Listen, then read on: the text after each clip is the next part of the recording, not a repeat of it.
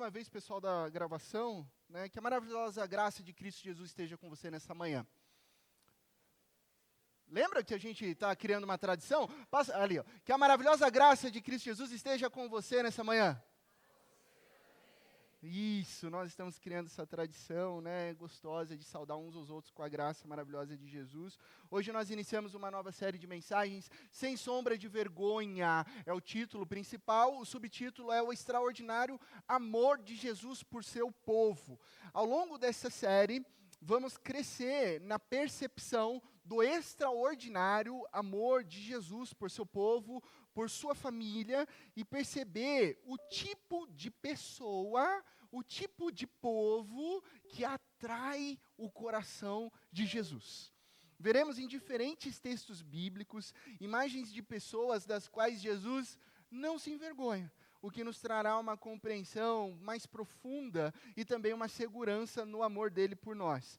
Hoje, nessa manhã, eu te convido a abrir o texto bíblico que será o fundamento de toda a nossa série, Hebreus capítulo 2, verso 10 e 11. Esse texto ele vai permear toda a nossa série. Claro que semana que vem a gente vai trabalhar um novo texto, uma nova história, mas esse texto aqui, ele é o fundamento, é o verso-chave para toda a nossa série de mensagens sem sombra de vergonha. E diz assim a palavra de Deus: ao levar muitos filhos à glória, convinha que Deus, por causa de quem e por meio de quem tudo existe, tornasse perfeito mediante o sofrimento o autor da salvação deles. Ora, tanto o que santifica, quanto os que são santificados, provém de um só. Por isso, Jesus não se envergonha de chamá-los irmãos. Vamos orar mais uma vez? Ó Deus, Pai de amor, obrigado pela Tua palavra. Obrigado por essa manhã tão linda.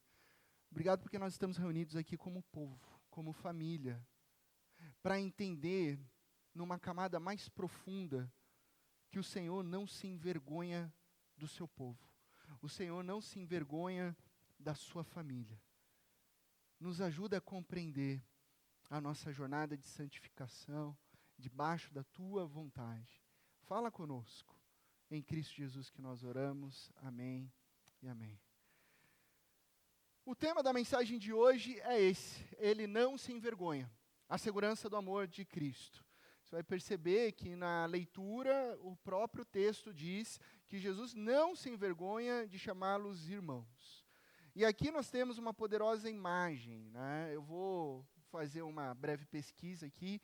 Quantos aqui vieram e possuem uma família de irmãos? Você é irmão.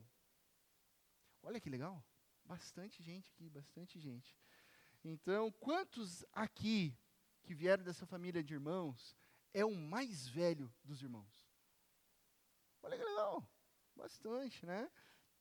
Então, quantas vezes você, irmão mais velho, eu sou irmão mais velho também, nós passamos por situações constrangedoras, né? Por causa de quem? Dos irmãos mais novos. Né? Ou você estava numa situação e passou vergonha, ou seu irmão mais novo arranjou uma briga, ou seu irmão falou alguma coisa que não deveria ter falado, seu pai falou para vocês fazerem tal coisa, o seu irmão mais novo fez outra, e você ficou até com o rosto vermelho, porque não acredito que esse moleque ou que essa menina fez isso de novo. Né? Mas deixa eu continuar essa pesquisa. Quem aqui é o caçula dos irmãos? Olha só que legal!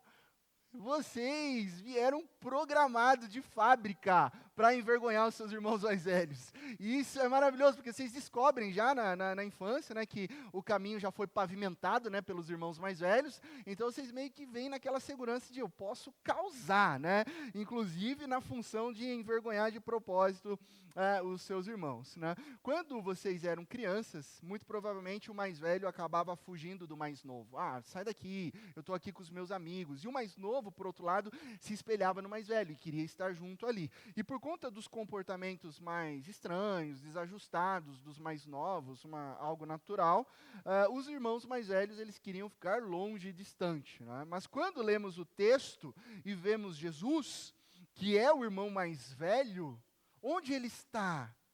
Jesus está ali, diante de um círculo de crianças mais novas, E ele está ali se identificando com os fracos. E o poderoso detalhe bíblico é que ele não tem vergonha. Ele está lá porque quer, ele está lá porque ama e com o propósito de ensinar-lhes o caminho da santificação. Então, quando nós pensamos em irmãos mais novos na infância, os adjetivos são os mais diversos possíveis, né? Ah, aquele cabeçudo, aquele desajeitado, ah, isso é estranho aqui, ah, pai, fala para ela parar de me seguir, ah, isso é atrapalhado. E a Bíblia nos apresenta Jesus vindo para se identificar com esse tipo de pessoa. Só que aí, numa camada ainda mais profunda, Jesus é atraído por pessoas quebradas, pessoas depravadas, pessoas desajustadas, e Jesus não se envergonha de chamar irmãos e irmãs, e pessoas como eu e você. É claro que a cada dia que passa na nossa jornada com Jesus, vai ficando mais distante daquele dia em que sentimos pela primeira vez o amor de Deus nos invadindo. Você vai caminhando, né? Aquela data vai ficando lá atrás, e infelizmente, com o passar do tempo na fé, nós podemos começar a agir como irmãos mais velhos, que se esquecem da sua própria história. E Paulo vai nos alertar sobre esse perigo, ou sobre esse problema. Qual que é o problema? Esquecemos duas verdades fundamentais. A primeira é esquecermos de onde viemos. É tão fácil esquecer. Ah, ficou lá atrás. Mas ao mesmo tempo a Bíblia diz que é tão importante que lembremos. A Bíblia nos ajuda com isso. Olha só o que Paulo diz lá em Efésios capítulo 2, verso 1 e 3. Vocês estavam mortos em suas transgressões e pecados, nos quais costumavam viver, quando seguiam a presente ordem deste mundo e o príncipe do poder do ar, o espírito que agora está atuando nos que vivem na desobediência. Nós estávamos lá. Anteriormente, olha só o que ele diz, todos nós também vivíamos entre eles. Como? Satisfazendo as vontades da nossa carne, seguindo os nossos desejos e pensamentos. Como os outros, éramos por natureza, como os outros, igualzinho, todo mundo éramos por natureza merecedores da ira. Aí Paulo continua, e no verso 11 e 12 ele diz, portanto, lembrem-se, olha só o que Paulo está falando, lembrem-se de que anteriormente vocês eram gentios por nascimento, e chamados em circuncisão pelos que se chamam circuncisão, feita no corpo por mãos humanas, e que naquela época vocês estavam sem Cristo, separados da comunidade de Israel, sendo estrangeiro quanto às alianças da promessa, sem esperança e sem Deus no mundo. Lembrem-se disso. Antes de sair apontando o dedo para as outras pessoas, lembre-se que você também estava nessa situação. Lembre-se de como você era. Lembre-se também que você seguia os seus próprios desejos. Paulo aqui está nos lembrando hoje da nossa desesperança e impotência, quando lá atrás nós estávamos longe de Jesus. Então Paulo meio que abre, né, a biografia de cada pessoa e expõe as páginas sombrias do passado, para dizer o quê? Que todos nós, eu e você, naturalmente, tínhamos uma relação de oposição em relação a Deus. Todos nós estávamos envolvidos numa rebelião contra Deus. Todos nós estávamos num ritmo, numa direção de comando do mal, cujo propósito era satisfazer o quê? O meu ego, a minha vontade, o meu desejo, a minha carne. É o que a teologia chama de depravação. Todos nós éramos anteriormente depravados e vivíamos em pecado. E aqui está a nossa péssima, a nossa má notícia. Lembre-se que nas páginas da sua biografia, você estava lá, em inimizade com Deus. E a Bíblia diz que não há nenhum justo sequer, pois todos pecaram. Todos nós tínhamos motivos para envergonhar a Deus. E por que é importante lembrar disso? Por que Paulo coloca esse texto? Lembrem-se. Porque o passado ficou lá para trás. Mas por que Paulo está falando para nós lembrarmos? Justamente porque a nossa gratidão a Deus é proporcional à compreensão do perdão. Onde tem pouco perdão, tem pouco amor. Mas onde há muito perdão, há muito amor. Então, por causa do pecado, estávamos infinitamente separados de Deus. Mas pelo perdão em Cristo Jesus, e saber disso, e lembrar disso, nos faz a cada dia perceber que Ele nos reconciliou, Ele nos salvou, Ele nos resgatou, e Ele nos aproximou de Deus. Eu não tinha nada para oferecer, mas Ele me aproximou de Deus. E se é importante lembrar de quem éramos, também é importantíssimo lembrar sobre o coração de Jesus. Pois o problema é quando, depois de um tempo, nós caímos no segundo problema. Esquecemos o coração de Jesus. Então a gente tem a tendência de esquecer de onde a gente veio. Né? Vai passando um tempo, você acha que você é o super santo, o super top, o super crente para julgar as outras pessoas. E isso vai acontecendo porque você vai se esquecendo, inclusive, do coração de Jesus. Como é o coração de Jesus? É aquele revelado nas Escrituras. Só que por conta da religiosidade, a gente acaba esquecendo como Jesus vê o seu povo, como Jesus conversa com as pessoas, como Jesus se relaciona e é atraído por diferentes tipos de pessoas, e acabamos nos esquecendo do tipo de pessoa que Jesus resgata. Afinal, que tipo de pessoa atrai o coração de Jesus? Já parou para pensar nisso? Que tipo de pessoa atrai, faz Jesus mudar a rota no Evangelho, faz Jesus parar, faz Jesus ir ao encontro com compaixão? Que tipo de pessoa atrai o coração perfeito e poderoso de Cristo Jesus? É só nós lembrarmos do que o próprio Jesus disse, que Ele não veio para os que estão sãos. Ele veio para quem? Ele veio para os doentes. Ele não veio para aqueles que se acham santos e perfeitos. Ele veio para os pecadores. Então o coração de Jesus naturalmente é atraído pelos abatidos, é atraído pelos quebrados, é atraído por quem se reconhece como miserável pecador. E por isso Jesus é compassivo, Jesus é humilde, Jesus é manso, Jesus é gracioso e vai ao encontro desse tipo de pessoa. Ninguém, guarde isso.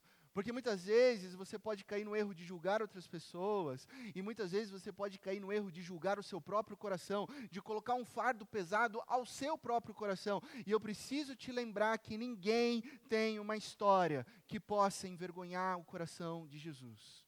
Não importa o que você fez ontem, o ano passado, há 30 anos atrás, nenhuma história pode envergonhar o coração de Jesus. O problema é quando a religiosidade começa a se esquecer disso. O problema é quando a religiosidade começa a achar um escândalo Jesus está com um certo tipinho de pessoa. Onde já se viu Jesus, se ele soubesse quem é esse tipo de pessoa, não estava lá no Rox comendo um hambúrguer com ela. Ah, se Jesus soubesse quem é esse tipo de pessoa, ele nem se dirigiria à palavra. Como assim? Da onde você tirou isso? E foi exatamente isso que infelizmente aconteceu com os fariseus no Evangelho de Lucas. Eu trouxe aqui alguns recortes só do Evangelho de Lucas. As pessoas, os religiosos, pessoas que conheciam a palavra, dizendo: por que vocês comem e bebem com publicanos e pecadores? Como assim você está sentado com essa gentalha? Lucas 7, veio o filho do homem, comendo e bebendo, e vocês dizem: aí está um comilão e beberrão, amigo de publicanos e pecadores? Ao ver isso, o fariseu que o havia convidado disse a si mesmo. Esse não teve nem coragem de falar em voz alta, ele disse ao seu coração: se esse homem fosse profeta de verdade, saberia quem nele está tocando e que tipo de mulherzinha é essa daí, uma pecadora. Todo o povo viu e isso começou a se queixar. Todo o povo se queixando por quê? Porque Jesus se hospedou na casa de um pecador. Olha o nível da religiosidade. Eles estavam bravos, inquietos, porque Jesus se hospedou na casa de um pecador. O que eles estavam achando? Que eles não eram pecadores? Amigos e amigas, todos esses textos são textos de religiosos que se esqueceram do coração de Jesus. A religiosidade ergue muros para excluir pecadores. Jesus estende a mesa para acolhê-los.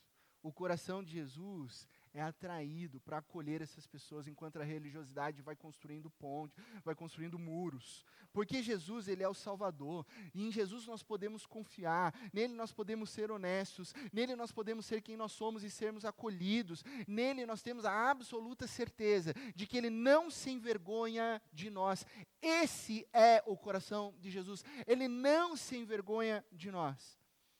Embora ele tenha todos os motivos para se envergonhar de nós.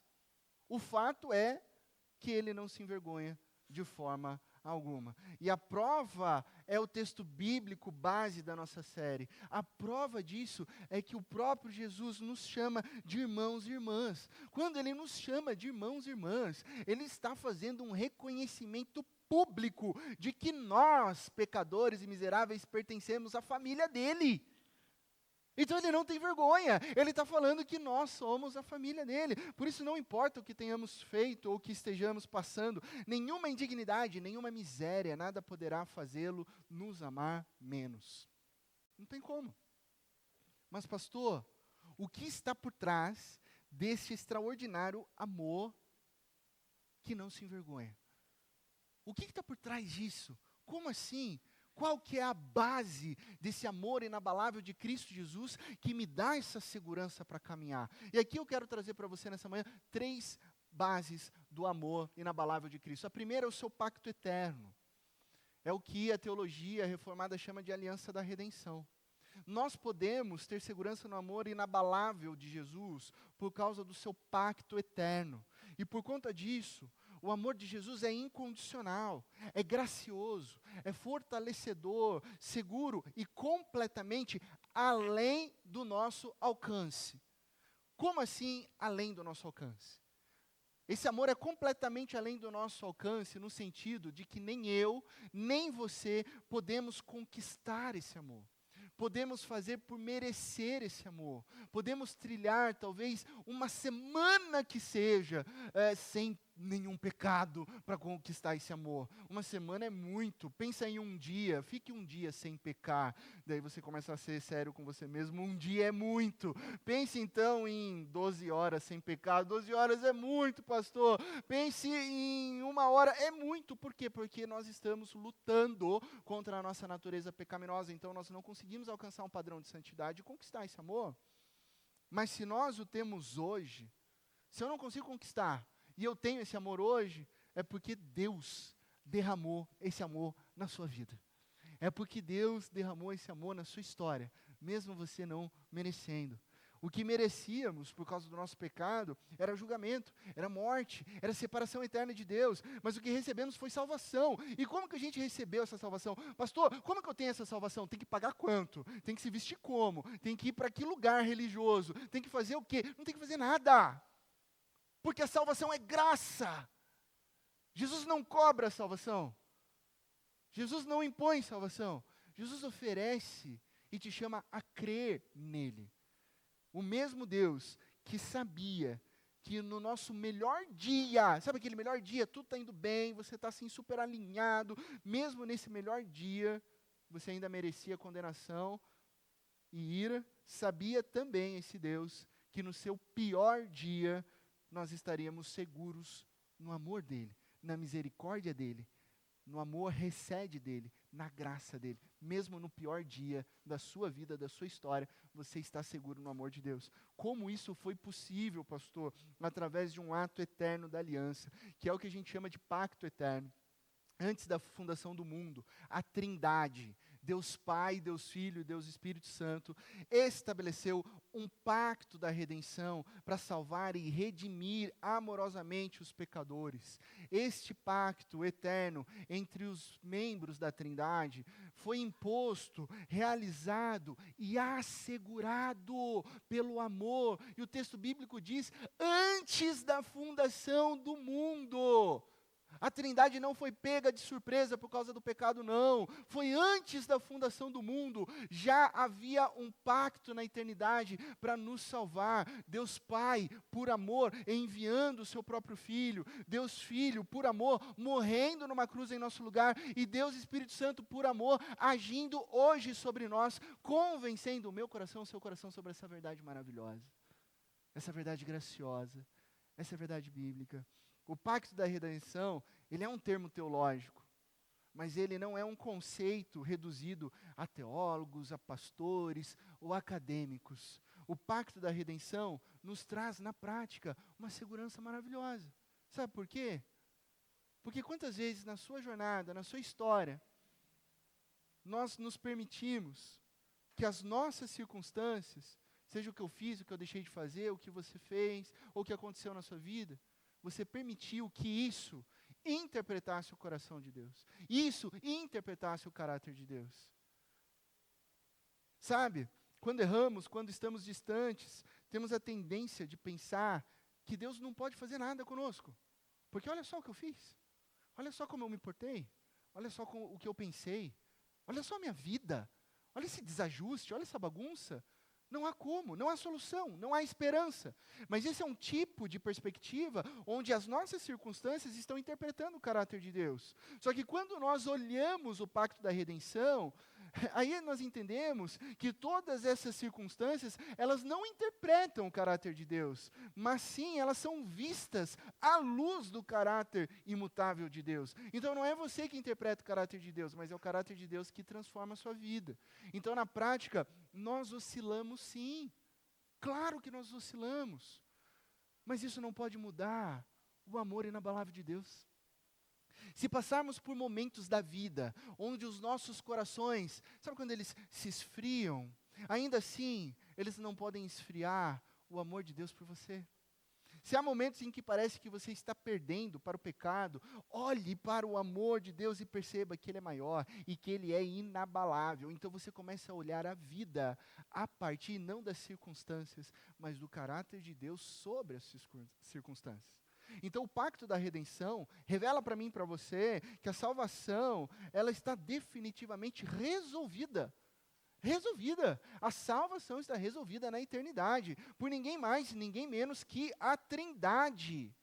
A Trindade. E a nossa salvação está segura, porque está no pacto eterno de Deus. Isso é imutável, isso é inabalável. Por quê? Porque Deus não pode mentir. Então é impossível que a sua aliança seja quebrada. Você não crê nisso? Deus não pode mentir. Então, se Ele não pode mentir, a aliança dEle é eterna, é imutável, é inabalável por mim e por você. E aí a gente pode ficar seguro nisso. Essa é a primeira base. A segunda base é essa, sua solidariedade conosco. E aqui eu vou falar um pouco sobre a encarnação de Cristo Jesus. Porque quando nós lemos o texto de Hebreus, ele vai dizer que aquele que santifica é Jesus. E aqueles que são santificados são o povo de Deus. E a fonte comum é Deus. Logo, Jesus, sendo filho de Deus, que fez um pacto da redenção num tempo anterior ao tempo, lá na eternidade, revela que Ele se identifica conosco pela maneira como Ele veio ao mundo. Irmãos e irmãs, a doutrina da encarnação, ela é profundamente prática no nosso ser e na nossa história. Nós não podemos nos esquecer que Jesus, o Filho de Deus, se encarnou. O que isso significa, pastor? Que Ele se tornou homem, como eu e você, humano, carne e osso. O Deus eterno e infinito é, na verdade, Jesus de Nazaré. 100% Deus, 100% homem. Nascido de mulher, nascido sob a lei, assumindo a forma de servo, sendo ao mesmo tempo bendito e único soberano, Rei dos reis, Senhor dos senhores, que esteve aqui, passou fome, passou sede, sofreu, chorou, e ainda assim, Rei dos reis, Senhor dos senhores. E por que é tão importante considerar essa verdade da encarnação? Simples, se nós estamos falando de um Deus esvaziando-se a si mesmo, para se humilhar, tornando-se homem, e dizer que não tem vergonha de nos chamar de irmãos, então isso tem implicações impressionantes para as nossas vidas. O que eu estou dizendo para você nessa manhã, na prática, é isso. Se você tem dificuldade em acreditar que Deus te ama, apenas pense que Deus veio ao mundo se fazendo homem por você. Se você tem dificuldade para pensar que Deus te ama, lembre-se que Deus se fez homem, veio ao mundo por você. Muito antes da cruz, o fato de Jesus se encarnar já é uma demonstração de humildade extraordinária. Ele não se envergonha de nós, porque Ele mesmo se identificou conosco. A identificação de Cristo Jesus como homem é saber exatamente o que você passa, as suas necessidades, as suas angústias, a sua dor, o seu sofrimento. Ele passou por todo tipo de tentação, contudo, Ele não pecou. Mas Ele esteve no meu e no seu lugar como homem, e está até hoje, porque Cristo Jesus permanece 100% Deus, 100% homem. Eu gosto da maneira como o pregador Thomas Watson, pregador puritano, ele colocou uma vez essa questão. Ele disse que ele se humilhou mais ao repousar no ventre da Virgem do que ser crucificado. Olha o jeito que o pregador inglês colocou, que a humilhação de Jesus foi numa camada mais profunda ao repousar no ventre da Virgem do que a crucificação. O que ele está querendo dizer aqui? Que é natural que um homem morra. Nós sabemos. É natural. A gente vai caminhando, né, com muito vigor, né, com a graça de Deus, até os 70, 80 anos, mas ninguém vai viver 150 anos. É natural que o homem morra. Mas era, até então, impensável na história humana que Deus se tornasse homem. É natural que o homem morra, mas impensável Deus se encarnar e tornar homem. Então o Criador do universo, infinito, eterno, aceitando as limitações da carne humana, isso é uma humilhação ontológica, uma humilhação do ser de Deus, que é bem maior do que a física. Então, longe de Jesus se envergonhar do seu povo, o fato dele se tornar homem demonstra o quê? O amor dele por nós. Ele se humilhou para se identificar comigo, com você. Então, se Deus já fez o impensável ao se tornar homem, por que você acha que Ele não cuidará de você? Se Ele já fez o impensável, por que você duvida que Ele não esteja cuidando da sua história, da sua família, te amando e te orientando? Essa é a segunda base do amor inabalável de Jesus. E por fim, a terceira, seu sofrimento por nós. E aqui eu falo da crucificação. Jesus não foi para a cruz, obrigado. Jesus não foi para a cruz sem saber o que iria acontecer. Jesus não foi para a cruz ali bronqueado. Jesus foi para a cruz voluntariamente. Seu sofrimento e morte foram intencionais e motivados pelo quê? Pelo seu amor por seu povo. Isso significa que Jesus escolheu viver, Jesus escolheu morrer para salvar o seu povo, para salvar o Israel de Deus, para salvar a igreja do Senhor. Isso foi voluntariamente, foi intencionalmente. Foi porque Ele nos ama. Observe como Paulo afirma que a cruz foi a suprema demonstração do amor de Deus por mim e por você. Romanos 5, 6, 8. De fato, no devido tempo, quando ainda éramos fracos, olha só, Paulo sempre nos lembrando de quem nós éramos. Porque quando nós lembramos de quem nós éramos, a princípio a gente fala assim, nossa, que coisa feia, que coisa horrível, eu era assim. Só que daí quando a gente lembra também do que Jesus fez por nós, a gente vê o tamanho do amor de Jesus por nós. Quando ainda éramos fracos, Cristo morreu pelos ímpios. Dificilmente haverá alguém que morra por um justo. Dificilmente. Embora pelo homem bom, talvez alguém tenha coragem de morrer. Mas Deus demonstra seu amor por nós. Cristo morreu em nosso favor quando ainda éramos pecadores. Pensa comigo. É raro alguém se sacrificar, né? Sacrificar a sua vida por uma pessoa boa.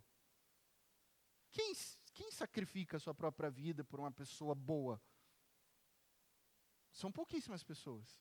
Geralmente está relacionado ao amor de pai para filho, né? De mãe para filha. Aí ela não pensa duas vezes, né? Ela entrega a vida pela sua filha, pelo seu filho, né? Pelo seu pai, pelo seu irmão. Né, passa às vezes por cirurgia, né, por transplantes para salvar uma vida de alguém da família, mas já é difícil alguém fazer isso por um desconhecido. Tá? Mas quão mais raro é dar a vida por um inimigo? Por um inimigo. Pense comigo, por exemplo, no sistema de público de cadastro de doadores de órgãos. Né?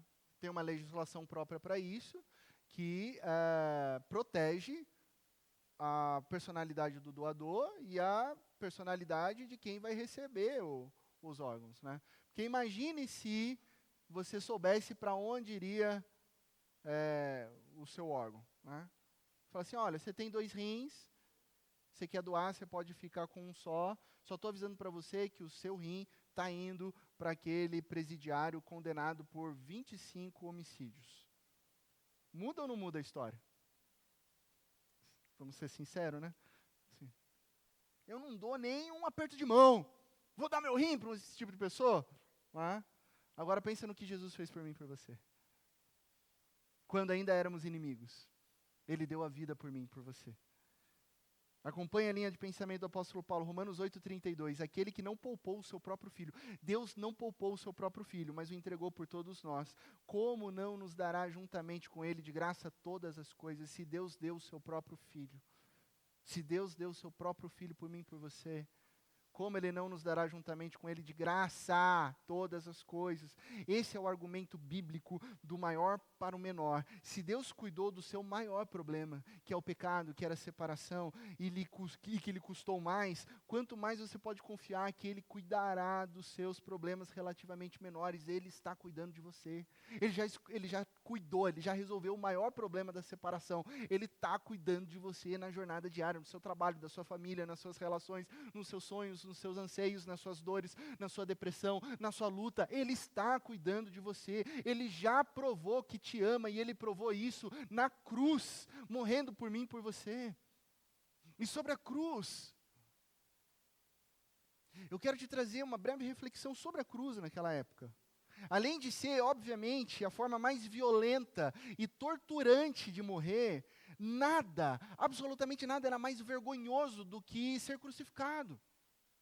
Era dor, era tortura, mas era vergonha, vergonha. Tanto que as pessoas consideravam impróprio sequer falar sobre a crucificação em conversas educadas, porque era um instrumento de morte, destinado a pessoas terríveis, horríveis, criminosos. Hoje nós olhamos para a cruz como símbolo, né, do cristianismo. Então tem até peças de bijuteria, né, que é cruz, colar de cruz. Nós temos uma cruz vazia aqui, porque tem esse significado de que Cristo Jesus venceu essa morte. Mas naquela época ninguém tinha coragem de falar sobre cruz. Ninguém tinha coragem de colocar um enfeite de uma cruz em casa. Nossa, é vergonhoso falar sobre esse assunto. Crianças não falam sobre cruz, porque o crucificado, ele era pregado completamente nu. E aqui nós temos um detalhe.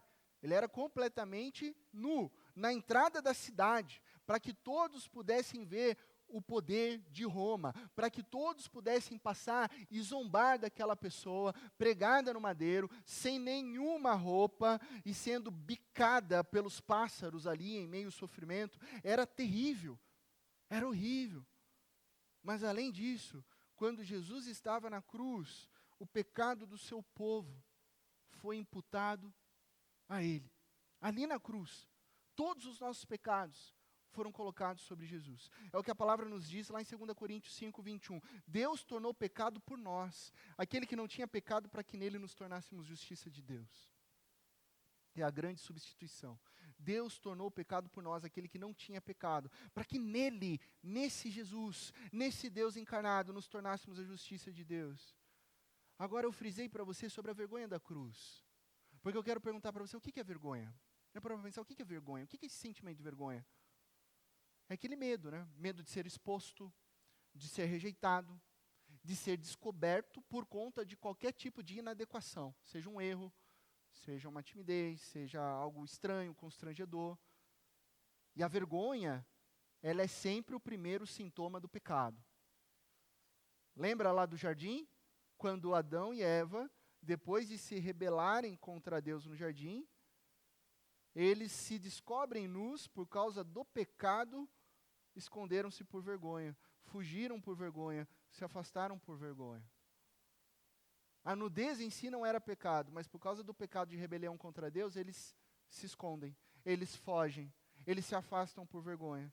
Agora fica comigo, por que eu estou linkando com o texto do jardim? Presta atenção, embora fisicamente nu, porque Cristo Jesus foi crucificado nu, Nós não temos essa imagem porque, obviamente, a arte cristã, por reverência à pessoa de Deus, sempre colocou a arte cristã, Cristo Jesus ali com um mínimo de peça de roupa, mas não foi isso que aconteceu. Ele foi crucificado nu. Nu lá, num ato de vergonha, que ele não tinha culpa, porque nele não tinha pecado, então não era justo que ele passasse por vergonha. Naquela nudez, ele foi coberto, mas ele foi coberto com o quê? Com as vestes do nosso pecado. Então, nu, Cristo Jesus foi coberto por mais vergonha ainda. Ele carregou publicamente a nossa vergonha, a nossa culpa. Então, a nudez de Cristo Jesus exposta na cruz é o paralelo bíblico do Salvador, vencendo toda a vergonha que não é dele, mas era minha, era sua, por amor. É isso que ele fez naquela cruz. Carregou sobre si a nossa vergonha, o nosso pecado, a nossa culpa. Então, todas as vezes que você se sentir fraca, com dúvidas sobre o amor de Deus por você, porque a nossa jornada de fé oscila mesmo, toda vez que você se sentir envergonhada, toda vez que você se sentir culpado, lembre-se, a cruz de Jesus responde a pergunta se ele pode ter vergonha de você, e a resposta é não, porque ele suportou toda a vergonha e todo o sofrimento pelo seu povo. Ele não se envergonha do seu povo. Então, na verdade, seria uma grande ofensa questionar o amor daquele que se esforçou tanto para demonstrar. Seria uma ofensa para Jesus nós questionarmos. Será que ele me ama? Será que ele teria vergonha? Esquece isso, olha para a cruz. Ele carregou tudo isso por mim e por você, ele não tem vergonha de nós. Concluindo, o que traz segurança no amor de Jesus são essas três bases do amor inabalável. Seu pacto eterno, que é o pacto da redenção, sua solidariedade conosco, que é a encarnação, Cristo Jesus se identifica comigo e com você, e seu sofrimento por nós, que é a crucificação. Deus deseja que você se sinta segura no amor dEle. E esse amor Ele está revelando para mim e para você nessa manhã. Ele não se envergonha do seu povo, Ele não se envergonha de você. Não há sombra de vergonha, pois Jesus nos amou antes da cruz, na cruz e depois da cruz. É assim que você deve viver a vida plena que Jesus oferece, olhando para o amor de Jesus. Eu termino aqui com uma citação do teólogo puritano inglês John Owen, também pregador, inclusive contemporâneo de Thomas Watson, e ele disse certa vez sobre como que é esse valor do cristão para Deus. Ele coloca assim: Deus em Jesus Cristo o ama o cristão, se deleita no cristão, se agrada dele, tem pensamentos de ternura e bondade para com ele.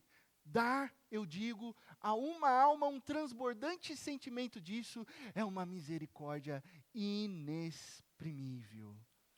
Sentir um pouquinho disso, de que Deus se deleita em nós, nos ama, se agrada de nós, tem ternura e bondade conosco, porque Ele não tem vergonha de nós, é um sentimento maravilhoso. Quando você estiver diante da depressão, quando você estiver diante do desânimo, do sentimento de culpa, da vergonha que parece não ter fim, lembre-se disso. Jesus não se envergonha de você. Jesus não se envergonha de te considerar parte da família de Deus. A boa e maravilhosa notícia é esta: a Trindade realizou o pacto da redenção antes da fundação do mundo, para enviar Cristo Jesus a nós na encarnação e morrer numa cruz para nos salvar dos nossos pecados. Ao ressuscitar no terceiro dia, por isso a cruz agora é vazia, com toda a autoridade nos céus e na terra, Jesus prova o seu amor por nós, nos inserindo na grande família de Deus. Se você está na família de Deus, Ele não tem vergonha de você. E se estamos seguros no amor revelado na cruz, então estamos seguros neste mesmo amor que é ontem, que é hoje e que é para todo o sempre. Que Deus te abençoe, na mais absoluta certeza de que em Cristo Jesus todas as coisas ficarão bem. Eu te convido a nesse momento fechar os teus olhos. Feche os teus olhos e pense por um breve instante quantas vezes você se envergonhou da sua história, da sua vida, de quem você é. E quantas vezes por causa das circunstâncias, você quis aplicar sua vergonha no caráter de Deus, achando que não tinha solução, achando que não tinha esperança. Hoje Cristo Jesus te lembra da maravilhosa notícia. Ele te salvou, Ele realizou uma aliança para te salvar antes de você nascer, antes desse mundo ser criado. A Trindade decidiu enviar Cristo Jesus como homem para viver a vida que você deveria ter vivido e morrer a sua morte. E lá na cruz, Ele te salvou. É lá na cruz que Ele te perdoou. É lá na cruz que Ele te amou para todo sempre, provando o amor dEle por você, te lembrando nessa manhã que Ele não tem vergonha de te chamar irmã, Ele não tem vergonha de te chamar irmão, porque no poder e na graça dEle, nós estamos inseridos na grande família de Deus. A partir dessa reflexão sobre a sua história, sobre a sua vida, ore a Deus nesse momento. Ore a Deus.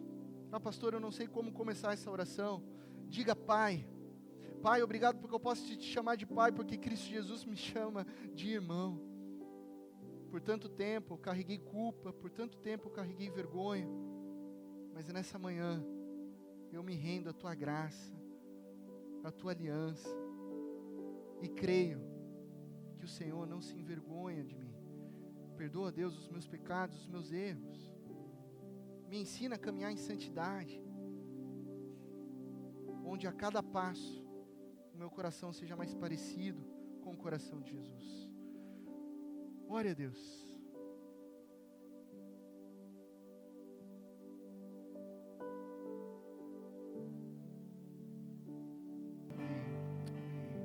Obrigado, Jesus, pela esperança que o Senhor é nas nossas vidas. Amém, Jesus. Amém. O que nós levamos para casa? O que a gente vai meditar durante a semana? Nessa semana, reflita sobre o pacto da redenção, a solidariedade da encarnação, a salvação pela cruz, e responda: você tem vivido como quem pertence a essa família? Ou você está vivendo como um estranho envergonhado?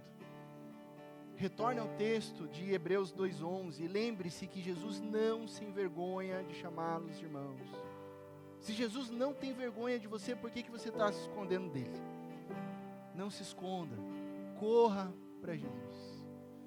Ó Deus, Pai de amor, obrigado pela Tua graça, obrigado, ó Deus, pela Tua bondade, ternura, onde o Senhor revela que o Senhor tem prazer e se deleita na vida do Seu povo.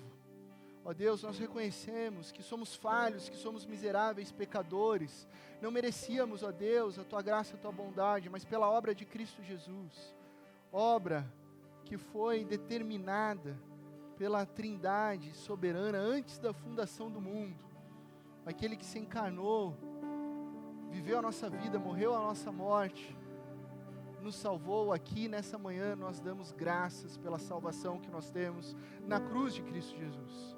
Ó Deus, obrigado porque o Senhor não se envergonha de nós.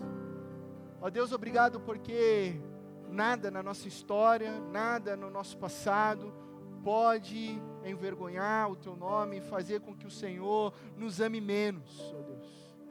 Queremos viver de acordo com a Tua direção sobre as nossas vidas. Antes nós éramos inimigos, mas agora nós somos chamados amigos, irmãos e irmãs, membros da Tua família. E queremos viver de acordo com o Teu direcionamento. Guia-nos a cada dia, ó Pai. Que possamos olhar para as nossas histórias e lembrar de onde nós viemos e quem nós somos hoje. Que possamos olhar para as nossas histórias e para os nossos corações e reconhecer o Teu coração nas nossas vidas, e que possamos olhar para as pessoas com quem nós nos relacionamos, não com um preconceito, um pré-julgamento, mas sim como pessoas que são alvo, que são objetivo do Teu coração, da Tua graça. Que nós possamos olhar para cada pessoa que se relacionar conosco nessa semana, não como alguém que está presa no inferno, mas sim como alguém que é candidato a estar no céu por conta da tua cruz, por conta da tua obra, por conta da tua soberania, por conta da tua vontade. Nos ensina então, ó Deus, a olhar para as pessoas com compaixão, com graça, com ternura, com mansidão e humildade, assim como Jesus olhou para os nossos corações e continua olhando para os nossos corações. Abençoa cada família representada aqui, abençoa, Deus, cada vida, e que a gente possa caminhar seguros no Teu extraordinário e inabalável amor. E agora, irmãos e irmãs, que a maravilhosa graça de nosso Senhor e Salvador Cristo Jesus, que o amor incalculável e inabalável de Deus, o nosso eterno Pai, que as consolações, a presença e o poder do Santo Espírito de Deus estejam com todos vocês, não somente nessa linda manhã, mas para todos sempre. Amém, amém. Que Deus te abençoe na mais absoluta certeza de que em Cristo Jesus todas as coisas ficarão bem.